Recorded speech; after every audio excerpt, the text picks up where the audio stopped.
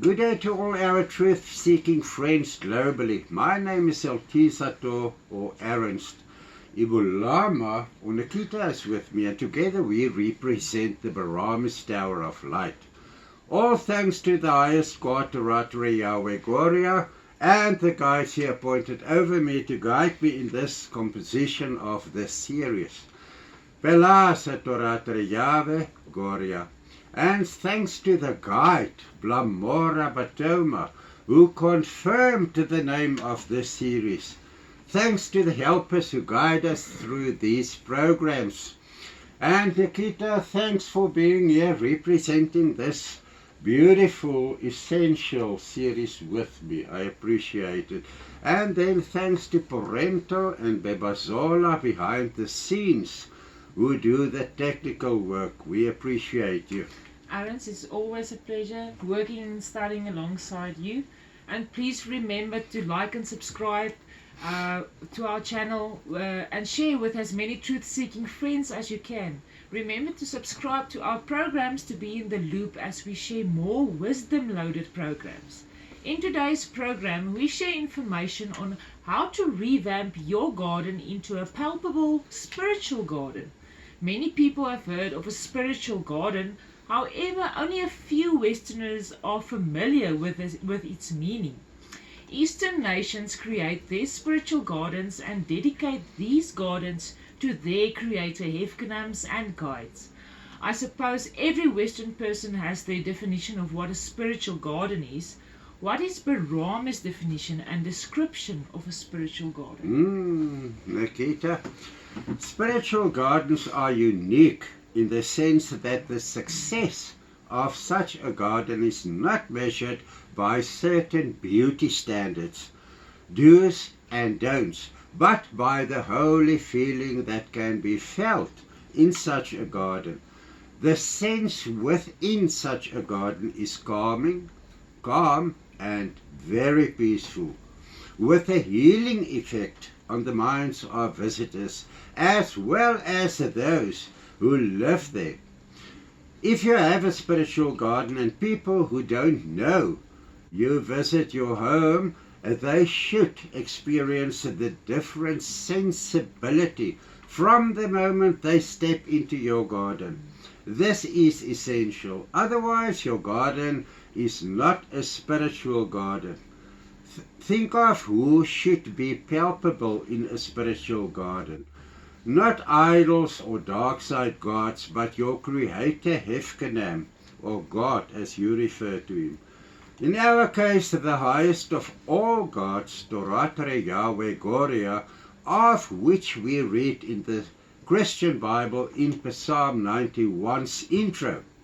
Our spiritual garden houses big and small Buddha statues because we understand and learn from Buddhism.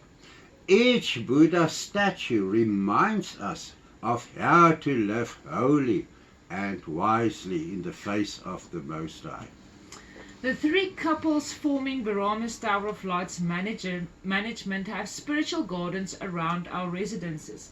People visiting our residence always asks us, "Your garden is particularly beautiful, but what is it in your garden that makes you feel so peaceful, calm and carefree as if you just want to stay there?"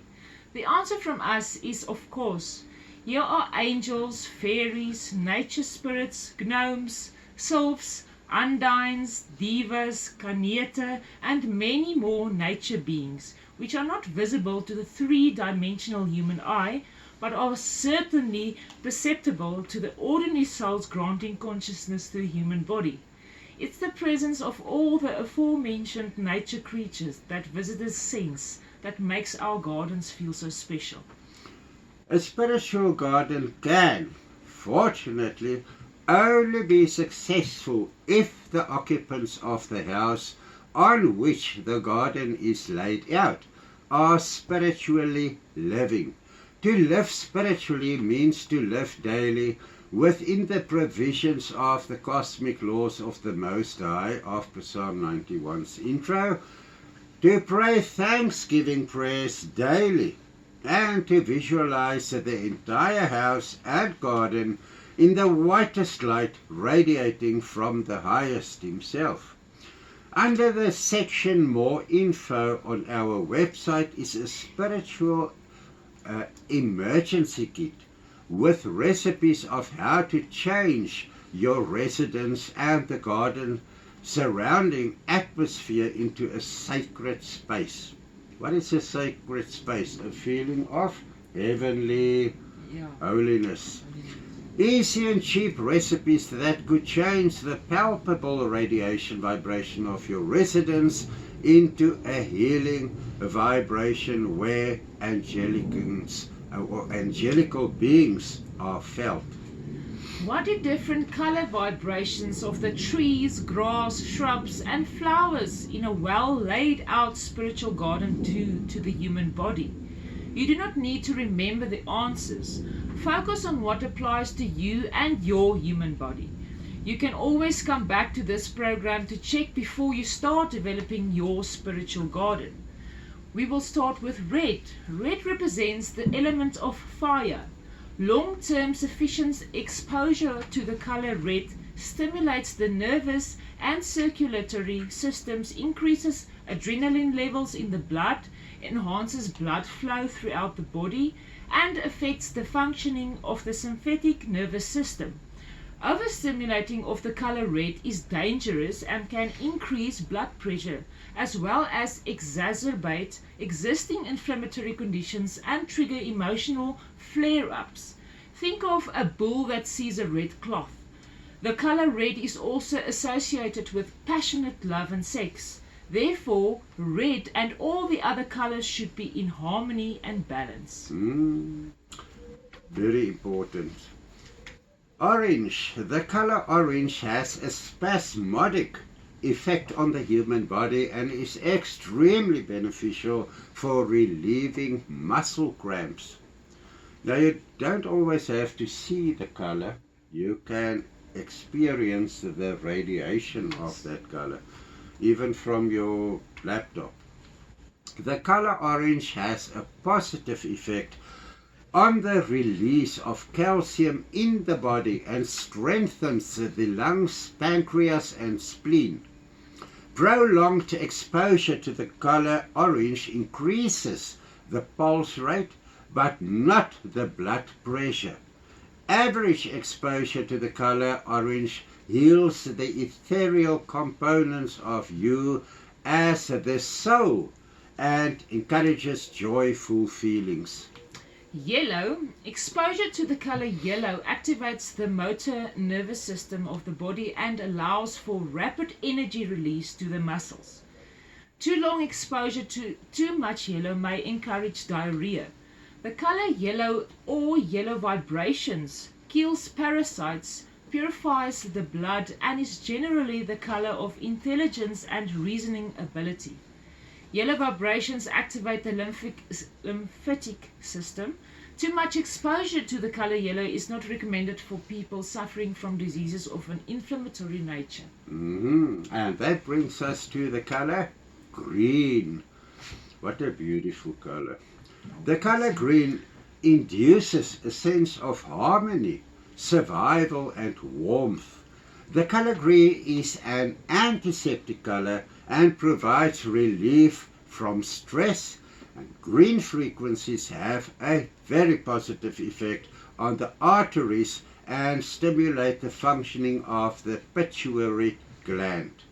Very important gland. Then the color blue.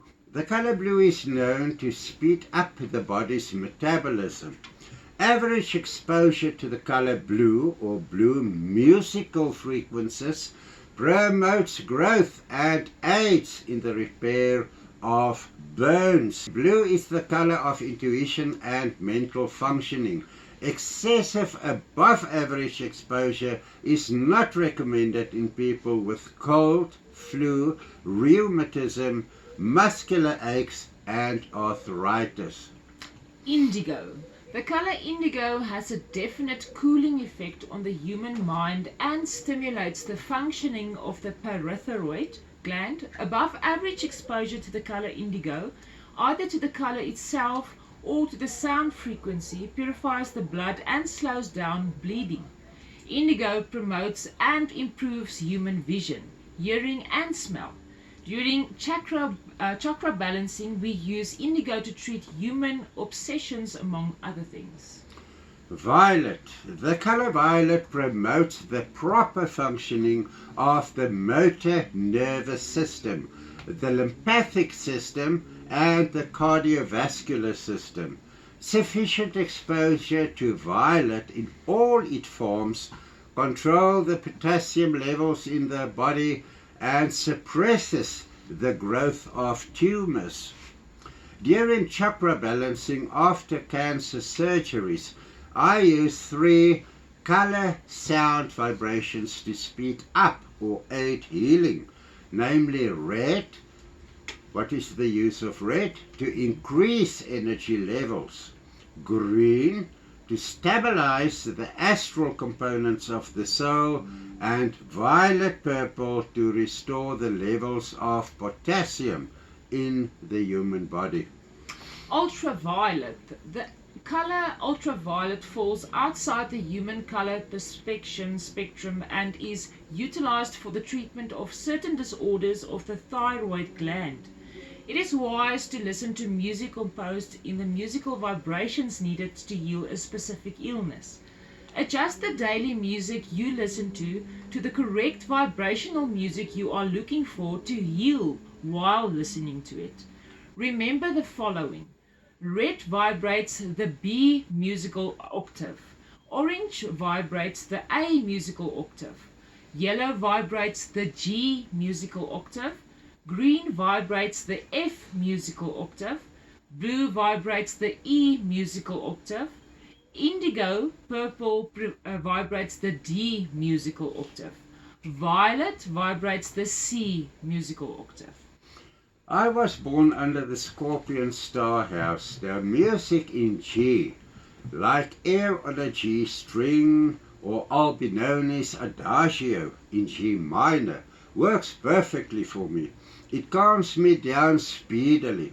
You cannot expect a sacred space residence while negative vibration music like heavy metal or equals fill the air in that residence, attracting negativity and dark side forces. Remember to attract the light side angels. I visualized at the corners of my eyes or my whole yard winged angels watching there and keeping their swords stretched out across our yard. No evil would dare to go there. See it in your mind and activate it. See them often and they will be there for sure. If you're picking out trees and shrubs, think of shrubs that bear flowers and fruit. Berries and other edible fruits attract birds, without which no spiritual garden can be successful. Check with your nursery for examples of appropriate trees and shrubs and what you and your household need to eat to stay healthy. Wind bells are very famous for their unique sounds that each wind bell produces. Wind bells that are made of very thin copper pipes, glass and other metal pipes are highly recommended. Wind bells made of bamboo and other wooden pipes have a different sound of their own and are just as highly recommended. All known wind bells attract little birds. Birds are a must for a spiritual garden. Have you heard what it sounds like if the wind is just a little bit blowing outside? It's like a whole orchestra. Yeah. The more kinds of birds that can be attracted, the better.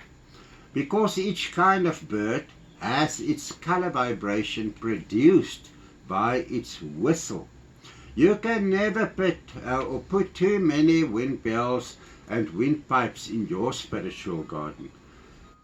Just keep it in balance with what you really need. Get bells that produce a G musical sound in case you are short of yellow flowers. If you are attracting birds to your spiritual garden, it is necessary that you set up some safe and sheltered places for the birds. Where birds gather, you make nests it is necessary that just as with the eateries, you will also set up drinking places. When it comes to placing water features and you want to make use of the Feng Shui, remember the following. Feng Shui were invented in the Northern Hemisphere. In the Northern Hemisphere, water, cooler water, faces north, while fire represented by the equator faces south. If you stay in the Southern Hemisphere, fire will be facing north, while water will face south. Please do not get mixed up. Any monuments or ornaments that represent tranquility can be placed in strategically locations in your spiritual garden. Think of something like a Buddha in meditation or an angel with outstretched wings, prayer positioned. You can even symbolize the 4 elements of the 4 wind directions in your spiritual garden. Use your discretion. I used a large concrete eagle as a symbol of the air element. I painted the eagle and it displayed gracefully in the garden, just next to the waterfall. We will share a few photos with you. Remember, this is a spiritual garden and you can use your imagination and creativity as long as the end product is just a garden in which any visitor can sense a difference in the aura and atmosphere. Simplicity is a hit several times. Overly durable ornaments take away the natural feeling. The Most High, from whom all that exists originated, is the creator of his angels and all nature beings known to man. Dedicate your garden from the beginning stage to the Most High, trusting in Him, in His recommendations in your mind. When your garden is complete, dedicate the garden anew to the Most High, and give thanks to Him for knowing that He will instruct the angels and other nature elements to engage and inhabit your garden. Take a sincere oath that you will take care that everything that lives in that garden, visible and invisible, will be taken care of by you. There's nothing quite as creepy as an empty little bird drinking or eating bowl or a parched garden. Yep. Do not stay in a residential area if you are not willing to water the garden at your own cost. If you are too stingy to water what is under your care, go and stay in a concrete penthouse or a flat. Agree, definitely. Burn incense in your spiritual garden now and then and feel free to chat with your plants. They understand and sense your attitude. In short, treat everything in your spiritual garden as you would want to see the Most High and His angels treat you. Know that His angels and nature elements are going to walk in your garden. You will feel them there. Of course, our garden is not a garden, but the Most High's garden. For His angels in all their kinds walk the garden. I mean, I cannot take, when I pass on, I cannot take this garden with me. So it's not my garden, it's His garden, and His angels is walking around here. All glory to the Most High. Set up a garden temple in your spiritual garden where you can meditate, practice yoga, and simply spend hours in quiet dialogue with the Most High. There are so many ideas and thoughts that you can't be short of them. Use your creative imagination. In our 4th and last program of this series, we are going to inform you about a healing instrument used among Zora Molege practitioners in, among others, on planets in the light side dimension 26. The name of this instrument is the Healing Color Tunnel. The Barometer Tower of Light's Healing Color Tunnel is the healing instrument of the future. Until then, love and light. Bye.